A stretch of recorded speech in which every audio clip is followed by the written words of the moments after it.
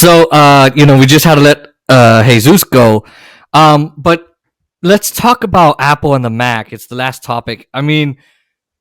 So let's take everybody on a trip on a favorite rocket ship. So Apple releases this new, awesome, amazing thing. They're ditching Intel. Remember when they went to PowerPCs, then they left PowerPC and they went to Intel from 2005 and on. So it was a relationship of over 21 or over 20 years. So a relationship of over 20 years. And there you go, right? And you're thinking, oh man, they're going to leave them like that. They disrupted the industry.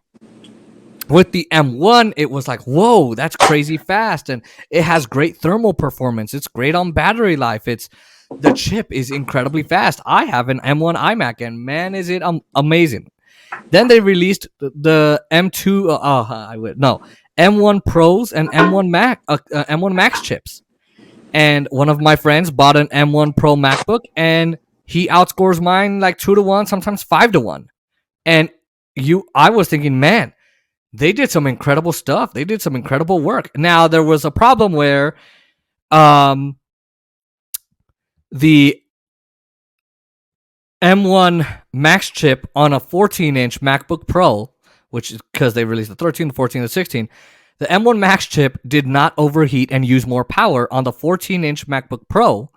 However, it would overheat and use more power. Really, not the overheating, but it would use way more power on the 16-inch than on the 14-inch, which made no sense because you went to a bigger computer. So obviously it shouldn't do that. And then we get to this year. Apple releases the M1 or the M1 Ultra chip, and it's the final one before M2. And they released this thing called a Mac Studio, and the Mac Studio was set to be 2 times faster on CPU performance, and GPU performance, in photo rendering, on Geekbench tests, on Cinema, on you name it, it was going to be that much faster. And they put the 2 chips together. They did a bind model because they do bind where you could do 14 or 16 core GPUs and all of that.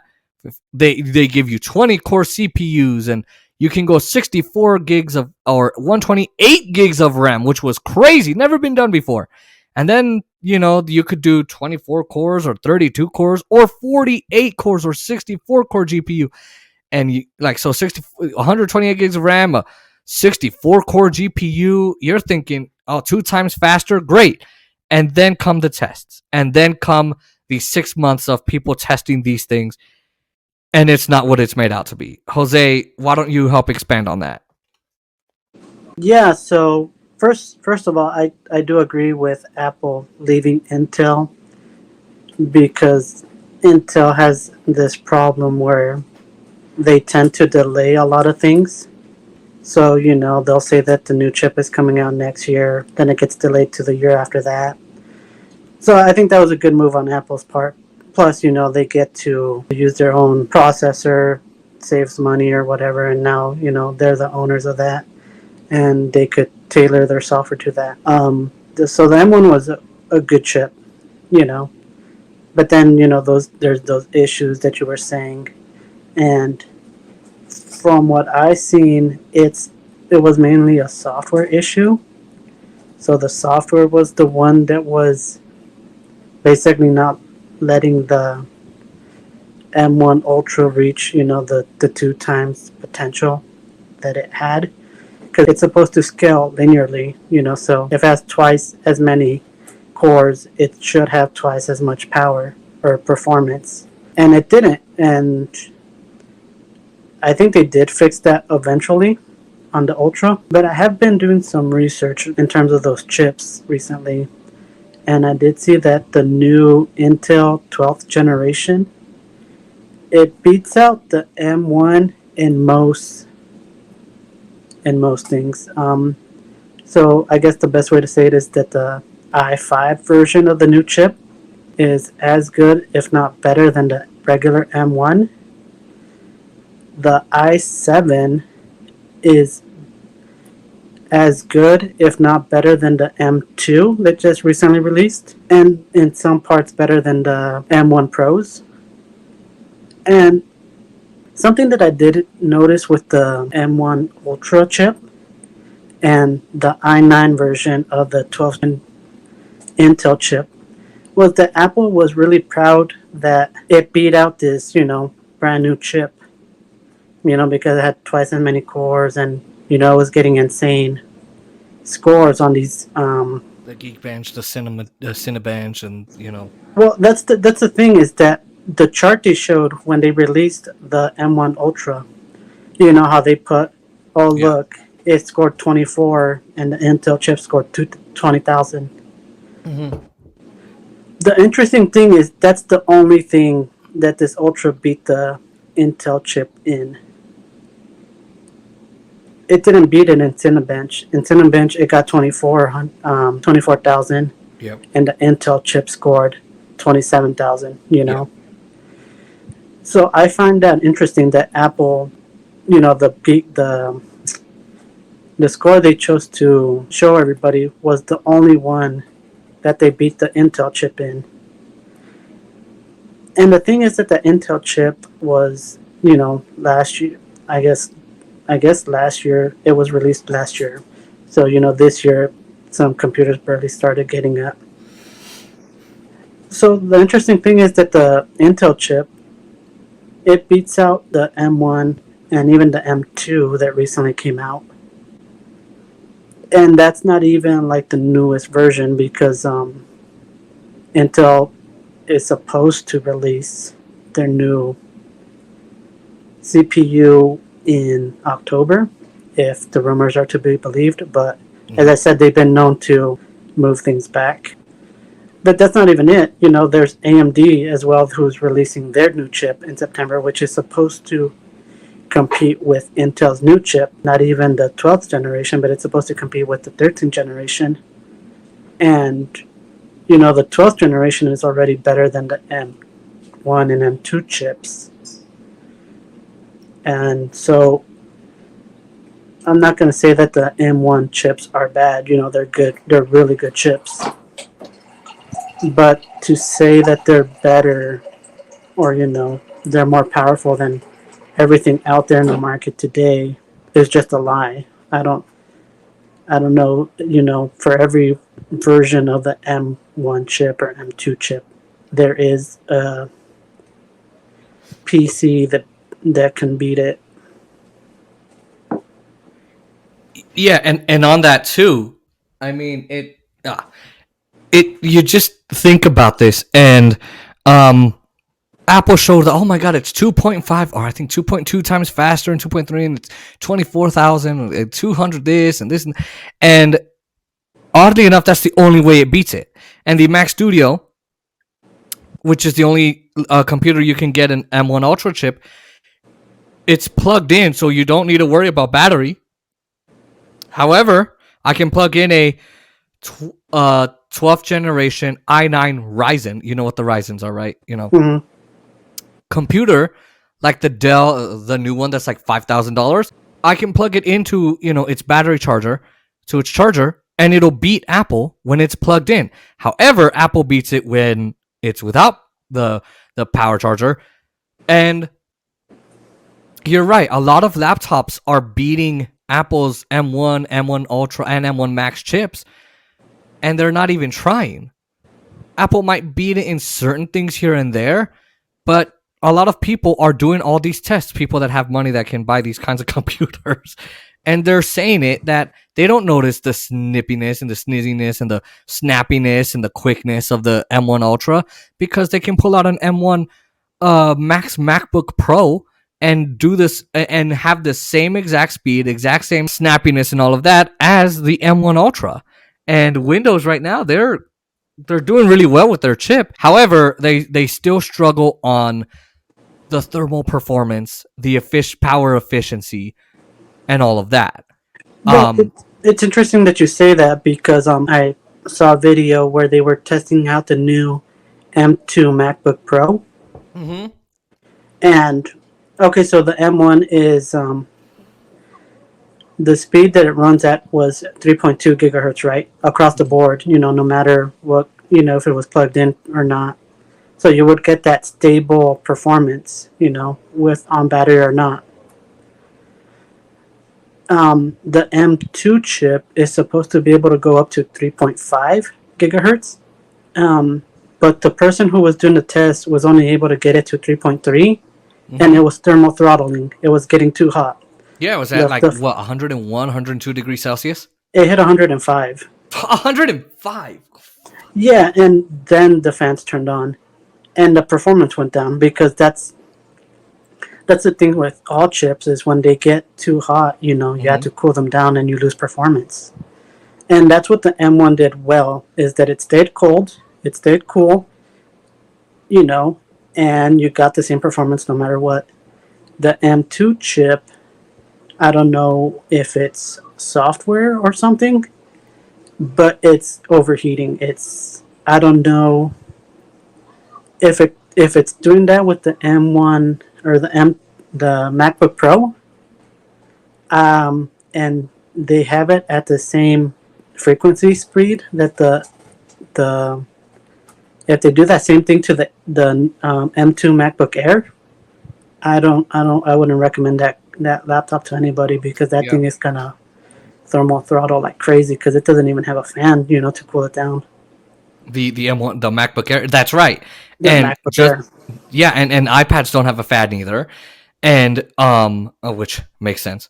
It's a tablet. It would be thicker if it had a fan. It'd pretty much be a computer, to pretty much touchscreen computer, which it is. But like, if you can consider it that. But you're right, and you're thinking, okay, if the M2s are overheating where M1 did perfectly well at, no matter if it got to 100 degrees, 105 degrees Celsius, did it? I think so. No, that one No, I don't think. they got to like 40, 50. They got to like I 90, I believed, like 90, Something like that. Yeah, But they stayed cool, as you said. Apple nailed it with the thermal performance with that chip. And not only that, the thermal performance did great, and it still kept up the regular your CPU and GPU performances. However, if the M2 is like this, then what's to say that the M2 Pro, because the pattern, it's the pattern they're going to go in. When they release that M2 Pro Mac Mini or maybe an M2 Pro MacBook, how do we know it's not going to overheat just like its predecessor, the M2? Or is Apple just magically going to fix its thermal performance? Where did they go? I wonder where they went wrong, where their M1s were classified as a great chip on thermals because it did well, whereas now you'd be lucky if you weren't overheating.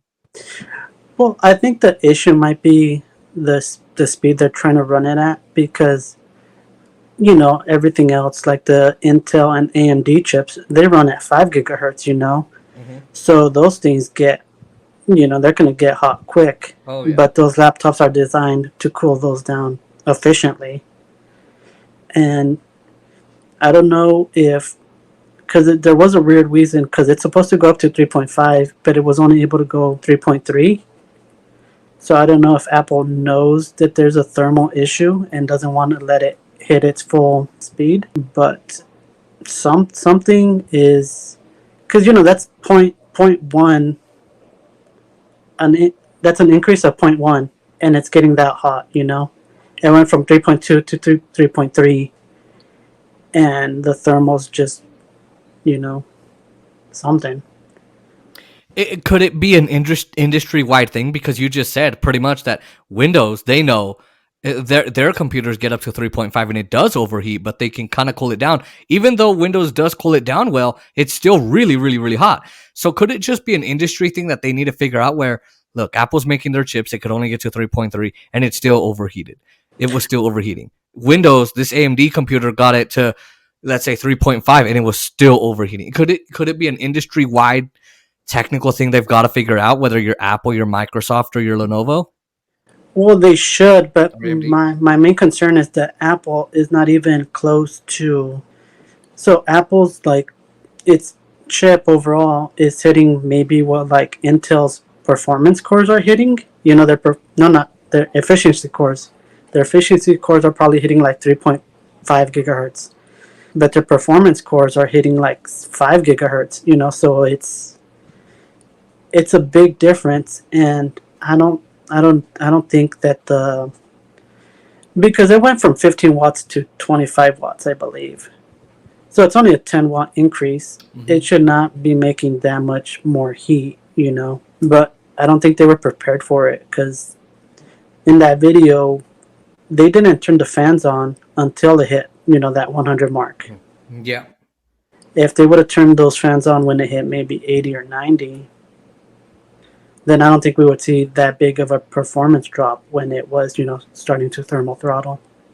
So you think maybe had Apple programmed it to where the fans would turn on at 85, maybe 90 degrees Celsius, you'd probably see a stabilization in performance and more cooling? I think it depends how, because the issue is I don't know why it's getting that hot that quick. So I don't know if it's something with the way they designed the chip or something, but it's getting too hot too fast, basically. Mm-hmm. So I think there would still be a performance drop, when it hits those temperatures, but I don't think it would have been as big as what it is right now. So right now the performance isn't stable. You're not getting that peak, anything at all times like you were with the M1. That's right. And I think somewhere something went wrong because they made the infrastructure already. It's just a step up. It's supposed to be a step up from M1. They made the how do I call it? I don't know what to say. They made the cheat sheet. I guess, right? Like, they made the cheat sheet. Here's how you make these thermals work. Here's how you do this. Now they didn't need to figure it out because they figured it out already with M1. So my thing is, how could they not just take the same things? Yes, it's a different chip and different performance, but it's the same lower level performance of your Macs, your new Macs, than what you were doing before. I just don't understand why they couldn't use the same roadmap, basically. So it could be something wrong with the chip. It could be something wrong with, we're trying to get it to this power. Maybe Apple just shouldn't have bragged that much, because there's no way that the computers they were using for the presentation were made to actually fix where these problems were fixed and there was no overheating and it was all perfect like the M1, and then they released this crap to us. There's no way that was possible. I can't see that. If their computers didn't experience this when they were presenting it, how in the world did and they weren't I don't think they were running the test while they were doing it, right? While they were live, right? No, I'm pretty sure that was done beforehand to, And get the best performance out of there, Yeah. And it's just like, there's no way that they made a computer that was better at this and that they didn't have these issues, and then they released all these to us, to the consumers. I don't think that's a possibility. And the fact that these chips, look, they're competing, and it's great to have competition. I'm all for that. But you can't be Apple and say these chips are the best in the market, and they're the best at not overheating, and they're the best at this and that. And they're not. And they're not the Max is 1.5 times faster than the Mac Studio? Well, the M2 I don't even think hits the M1 Pro's performance. They're like, I think, what you say, 1.5 better than the M1, the base M1. Mm-hmm. It's not really better than the M1 Pro. Not from what I saw. I saw that it gets close to the M1 Pro performance, but it's not. The one thing that I did see about the M2 though is that the single core is probably like the best out there right now. But just overall, it's not. The multi-core performance is not there. It's pretty friggin'. It's slow compared to the M1 Pro. It's slow compared to the M1 Pro, but it's also slow in terms of if you compare it to a Windows. And yes, when they were comparing the M1 Pro to the M1, yes, you did see better thermal performance on the M1 Pro. You saw better single core and multi-core performance. You saw a lot of things with that. on a lot of those tests. We're not going to play those videos here because it's just going to take too long. Those videos are 10 to 15 minutes long. Where did Apple go wrong in the Mac Studio, in your opinion? For me, I'll say for me, it's you lied, Apple.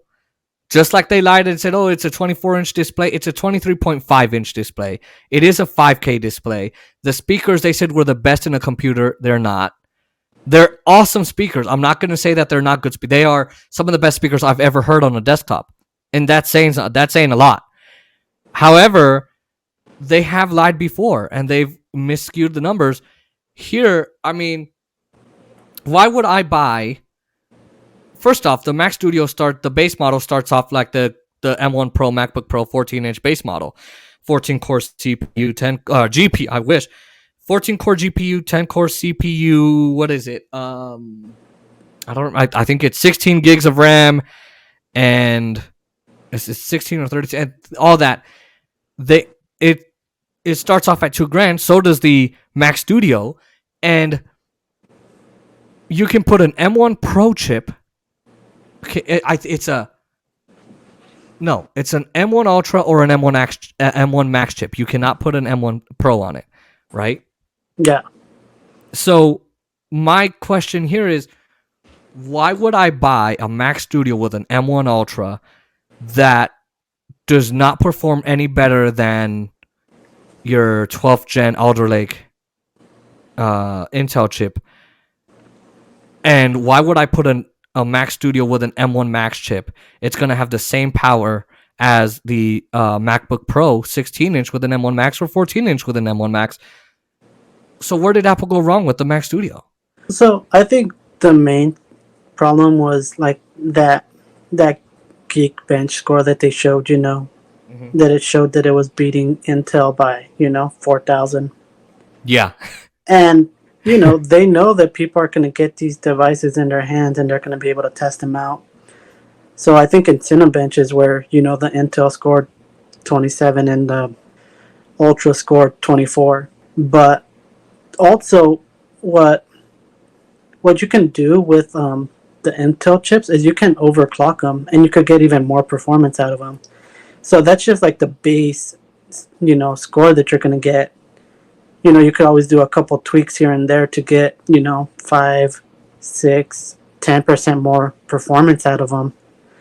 So I think, that's, they set people's expectations high, This thing's going to be the best thing ever. So, and then they had that software glitch where you weren't getting any more performance than an M1 Max. You were getting about the same. I do think I saw that they fixed that software issue, so you could get the full performance now. Mm-hmm. But I think it's too late. People already saw like the original, performance out of it. And as you said, if you're gonna get the same performance from this Studio and the same from a MacBook Pro 14-inch, and it's the same price, why not get the laptop that's more portable and it's going to give you the same performance as this desktop, basically. And it's portable, and you're going to get the full performance. No overheating. And you know what you're going to get. You know what kind of performance you're going to get. And if you're a person that says, look, listen, guys, I'm worried about monitor support, you can buy a $500, even a $250. Well, the $250 monitors are the very cheap ones. You can get a 4950-inch Sony monitor or Samsung monitor, actually, and not have to spend on a $1,600 studio display. Exactly. And look, the Samsung M8, it's a great display. The webcam's not as good. Actually, the webcam's a little better. The speaker is not better, especially when playing music. There's a lot of differences there. But exactly, I think they lied. I don't know how you release that software, that computer, knowing that software it made absolutely no sense. And yeah, okay, let's say they did improve it. I don't know that. I haven't verified that. You have. I guess even if they did, if I would have had a Mac Studio from 3 months ago, guess what? I'm still mad. Yeah, that's Okay, what I'm fine. saying. It's too late. It's too late now that you fixed the issue. That issue should not have been there on launch. So do you think that now, let's say someone has been saving up their paychecks and they've been working extra hours to get this Mac Studio, and now they heard, oh, that performance jump happened. So now it will give me that performance jump. Do you think that's the attitude people are having, or do you think, no, I don't really want to waste money on this Mac Studio and then have to buy a display with it, because what if they're lying? These YouTubers say that, okay, yeah, the software's fixed, but I don't trust it. Did Apple create that problem?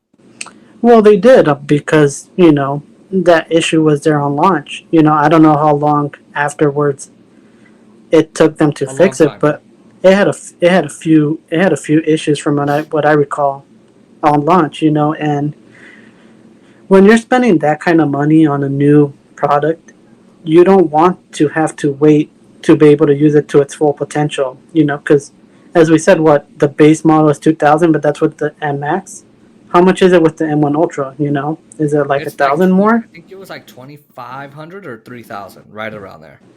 Yeah, so you're spending, let's say 3,000 or even 2,500. You're spending 2,500 on this product that is working at half its capacity. You're basically buying half of what you paid for.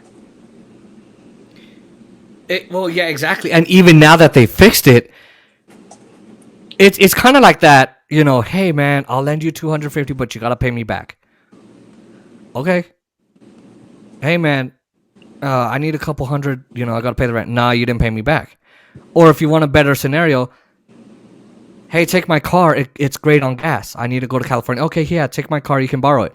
And all of a sudden, you spent $350 on gas because that sucker was running out like a Hummer. Yeah. And now you're gonna go, why would I borrow your car? And because let's say you're someone that I'll pay you to borrow your car. Why would I borrow your car? I'd rather go borrow Jesus' car instead of Jose's, because Jose told me it does this, or Jesus told me it does that. Now I'm gonna go with Jose because this is better. And exactly, why would I buy an M1 Max chip Mac Studio Yeah. when I can buy a MacBook and then another display? Because let's say you spend your $2,500, you're gonna pay another $100 and something in tax, plus another $278 in Apple Care, and then let's say I need Final Cut. That's another $300. I'm at like 3,300, maybe 3,500, and then I need to buy a display at 1,600, and then I need to Apple Care that, and then I need to pay its tax. Well, and not only that, you can get the matte stand for another like $500 or whatever. And it's like, why can't I just buy a MacBook and the studio display? Or why can't I just buy a MacBook and a Samsung monitor? Well, the thing too is that it's a laptop. It comes with a screen. You don't even need to buy a display if you don't want to. Mm-hmm. But It's like if you don't want to be leaned over and hunched over, or if because a lot of people, they need that screen real estate. A no, lot of well, people yeah, that can see. If you are that person, I can just buy a $2,500 MacBook Pro, and then go buy a $500 yeah. Well, monitor. what I'm saying is that the MacBook Pro, it's a full product. It comes Yep. with the keyboard, the screen, and the computer, right? And the trackpad and all that. Yep. Yeah, and the studio, what you still have to buy a display for it. You got to buy a display or Yeah, hook it up to one you have at home. you You got to have to buy the buy. keyboard, Like let's say you don't have any computers. You have to buy a display. You can't. and then you have to buy the mouse, and then you have You, to buy the keyboard, and then you you have to, yeah, you can't just use it like or a that out trackpad. of the box. Yep. hmm that's actually, that's you're actually talking about the Mac Mini too, Yes. right? But the But Mac Mini is like $600. hmm No, like 700? 800, something No, like that. no, it's 600-700 for the base model. Yeah, it's less than $1,000. You can afford to buy a display for that. And you could pay 250 for a monitor if you're really not wanting to spend 5, 6, 7, $800 for a monitor. Yeah, So it just makes no sense, and I think Apple ruined the Mac Studio. And it was set to be an amazing product. Lex, the editor of this show, and our friend, your best friend, my little sister, she says, "Oh, I just want it because it looks cool," right? And that's just fine because a lot of consumers are going to do that. I don't see an average consumer buying a Mac Studio. I don't. I'm sorry. I And I don't just either. think It's the the problem with this chip, even with its performance, I think from what I saw, it's still being beat by Windows. I think the price point is too high for your average consumer to buy that. I mean, they can do it, yeah, but It's you too high for know, the MacBook too. It is. it is pretty high. But that's what I'm saying. If you want to buy this, M1 Ultra version, it's going to be 2,500 at least, plus a display that you need to buy if you don't have one. So you're looking at at least $3,000, and I think that price point is just too high for your average consumer to go. Yeah, Yeah, I feel like this computer. exactly. I And feel especially if they're hearing, well, it's not going to be as snappy as what you say. And also, I mean, what do you think of them?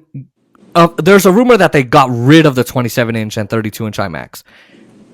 I don't know if that's true, but if it is, I don't like that at all, because I was actually thinking I'll save money, I'll trade this iMac in, and I'll buy my 27-inch, which is what I actually need. But if they got rid of it, I don't think that's a good idea, because iMacs are extremely popular. Yeah, and I think people want the larger real estate, right? That's what they were Yep. waiting for. They were Mm-hmm. waiting for that 32-inch. So I think it would be a pretty big disappointment if people don't get it, because I guarantee you when that comes out, if it comes out, that one would sell for sure. Oh, that would sell like hotcakes. Look at the iMac; it freaking sold. The state was willing to buy me an iMac over a MacBook Pro because they were worried about size. See, size matters, ladies and gentlemen. Anyway, exactly. And I mean, if you can offer me a chip, an M1 Pro or M2 Pro iMac, fast as hell, and I get the screen real estate of 27 to 32 inches, I'm sold. I'm paying you $3,000 if that's what it comes to. I hope they didn't get rid of the iMac. If they did, it would absolutely be a serious disappointment. It would. 23.5 inches. If I had money, I would hook this up to a monitor. I'm not going to lie to you. Um, Now, what is your take? Let's talk about Windows and Microsoft, Intel, Qualcomm, all these guys, AMD, Samsung, all these guys are now going ARM. They're now going to do ARM processors. Do you think Apple with their M1s, because their M1 Pros, M1 Max, they absolutely killed it with those. I had some issues with the M1 Max, but until they got to M1 Ultras and M2 Pros, they murdered it. They killed it, and then they ruined it for me. So with the Ultras and M2 Pros or M2s, so do you think that they shook up the industry? And if so, did they do it for the better? Well, they certainly did with their M1, because that was the best chip out there for a while. Yeah. And there's, as I said, recently it's Intel that was able to like finally beat them with their new chips. But Intel for a while had been, kind of lagging behind everybody else. So I feel like this M1 brought competition, to everybody. It made them want, you know, to make performance, because before Intel chips were getting, 13% increases over year, and this new chip was like more than two times, an increase, because they wanted to compete with the M1 chip, which, clearly they did, because it beats out the M1 in most. It beats it out depending on the price range, right? Like the i5 is cheaper, so it'll handle the M1. The i7's a little more expensive, so it can handle the M1 Pro. The i9 is an expensive chip, so it's gonna be able to handle the M1 Ultra. So they were able to do that, but it was because M1 was such a big disruptor, because everybody was kind of just getting by, on 13% increase over Yeah. generation.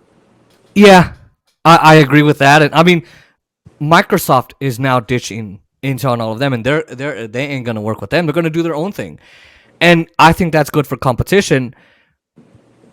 I think they kind of scared Microsoft in going. They improved in thermals, they improved in efficiency, they improved in power, and they improved in speed and craziness. We need to do that with our Surfaces and our Surface Pros and our other laptops that we sell and our tablets. So they poached Apple engineers, and now Apple is actually suing Qualcomm, Intel, and Microsoft.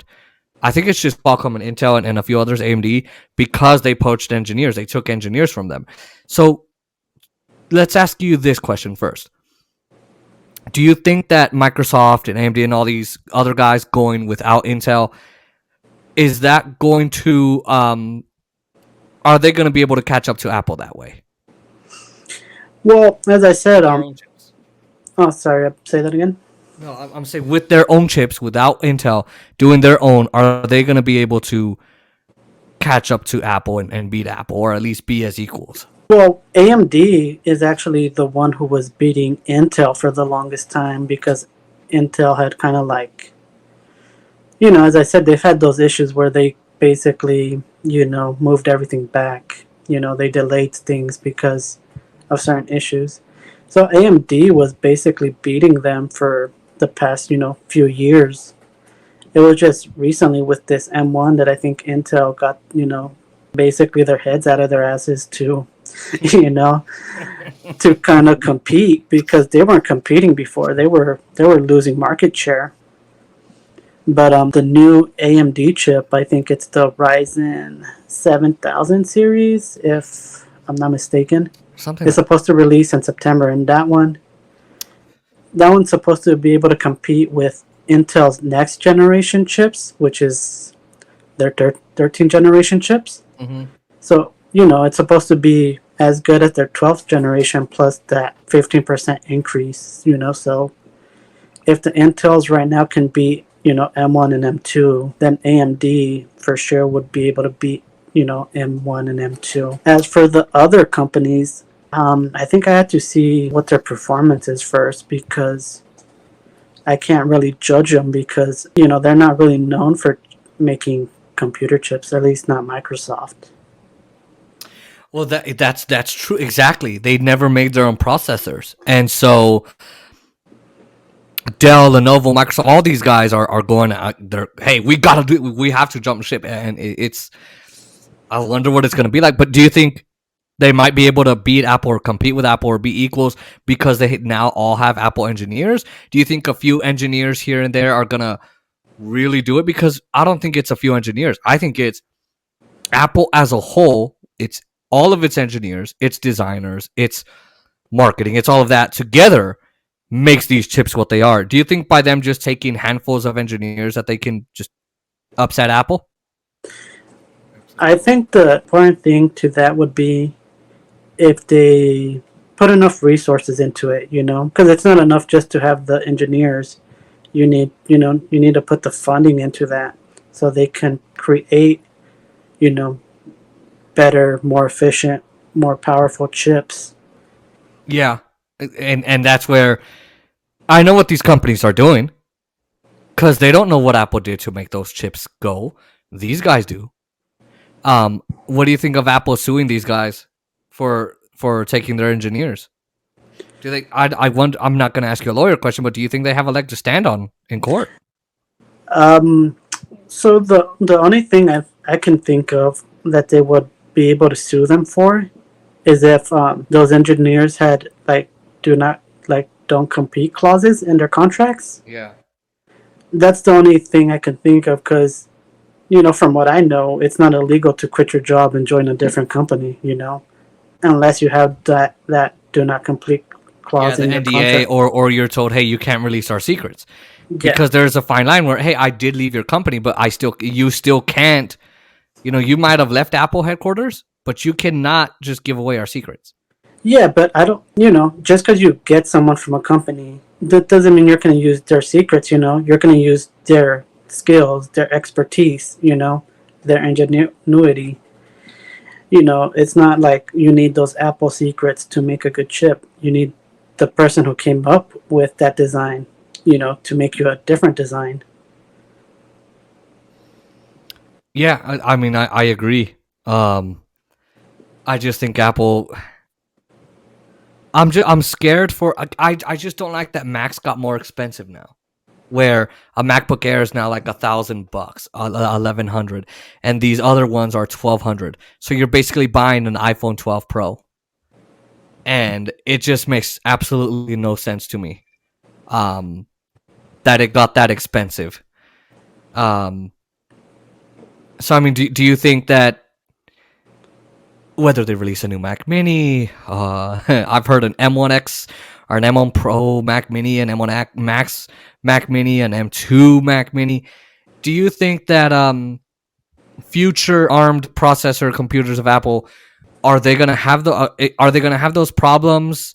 You know, the overheating at 105 degrees Celsius, or the lack of performance, or the lag, or all that we're seeing here. Or do you think Apple has learned its lesson and went, okay, well, on launch, it's if we say it's 2.5 times faster this year, well, it's 2.5 times faster. I mean, Well, I don't think it should be an issue if they're able to get those thermals under control. Because, as I said, it seems like it's a good chip. You know, it's mhm. starting at, what was it, 1.5 times better than the M1. You know, Something like that, yeah. so the M1 Pro, the M2 Pro, you know, should be better than the M1 Pro as well. You know, I don't know. I'm not going to guess how much better. You know, and then if they make an M2 Ultra, you know, then that's going to be even better. But they're going to need to figure out how to get those thermals under control, because they haven't had to worry about thermals. You know, because their M1 was so efficient that, you know, you could put it in a laptop with no fan and it wouldn't overheat. You would get the same performance. And if these M2 chips have that issue, you're not going to be able to do that without either cutting the frequency that you're letting that chip perform at, you know, cutting it back down to 3.2 and locking it there. And at that point, I don't know how much performance gain you're actually getting. Yeah, because I mean, if you lower it, and that's the thing is, okay, you fix the heating because you can fix that it won't overheat, but then still the snappiness and all of that with the power, that might not actually be true still. And I think Apple just needs to be careful here. Because what they don't want is they release the M2 Pro and the M2 Ultra, and Intel and AMD and Microsoft and all these guys are still beating them. And that's going to be a problem if that is the case. Yeah, as I said, the M2 chip is good for competition. You know, it makes Mm-hmm. everybody else better. You know, just like the 12th gen Intel chips made AMD, you know, and make their chips better, you know. So I think it's good for competition, because Apple has been known for, like, you know, their cool chips, you know, they're nice, efficient. You get all this extra battery life, which is still true with the M2, but now the performance is up and down because it thermal throttles, you know. Mm-hmm.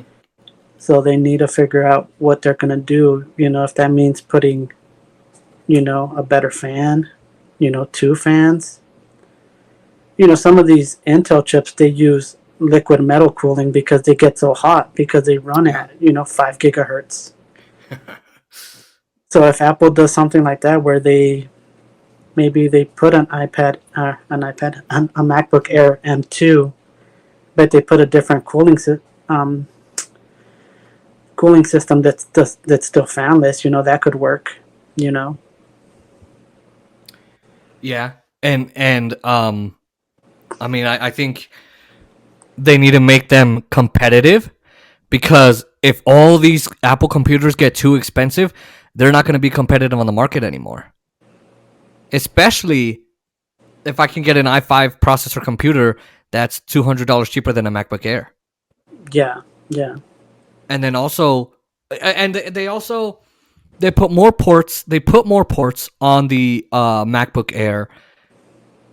They kept literally copied the same design language of the M1 MacBook Pro, and they they essentially, you can get more power on the MacBook Air than you can on the MacBook Pro, which is so funny that they made that a cheaper computer having all that.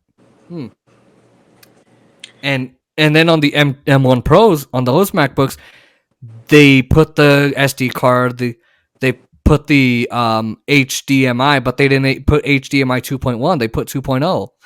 They put two, I think, what is it, two USB Cs or four, but they didn't put a USB in there. So you still have to have an adapter. Yeah, so I think, you know, with the M1s, the M1 Air was probably a better buy than the M1 Pro. just because, as you said, the performance wasn't that big of a difference and you got, more features. I think in this generation, the M2 Pro It's might the be. same thing. No, I think the M2 Pro might be a better buy than the M1 and then the M2 Air if it thermal throttles, because it has no way to cool itself. So you're going to get that better performance from the M2 Pro than the Sure, but more M2 Air. features and more ports and all of that in the M1 and the M2 Air. Yeah, well, I'm just talking performance wise. Oh, sure. If that's what you care about, if you want more performance, the M2 Pro is going to be better because most likely it's going to have better performance. But don't render too much because obviously it's going to overheat now. Yeah, exactly. That's a perfect sell. Perfect. So obviously there's a lot to talk about with Apple. There's a lot to talk about with the Macs, the iPhones, the iPads, and all of that. And Apple has been disappointing lately. So they just have to fix all of that. I'd like to thank everybody for watching. This is in multiple clips for a reason. This thing's over 3 hours long, I'm sure. And each topic went very long. In fact, the iPhone topic was even longer. This topic would keep going on if Jesus was here. But we are excited to have all of these episodes come out on the podcast. And of course, all these clips will be on YouTube. Yay. That's a lot of editing. Jesus, thanks for coming on, of course. And Jose, thanks for coming on. I know it's not easy for you to get some time to do a podcast. Yeah, it's pretty busy. Yeah, I bet it is. And got a lot of people there, don't you? Yeah, plus, I actually did summer school this semester, so. Yeah. I did the first semester. I did the first session, and I looked at the second session and went, oh, too difficult. That's a fall class. There's no way I'm doing that. No. So, alrighty. Well, ladies and gentlemen, thank you so much for watching, and we will see you guys next time.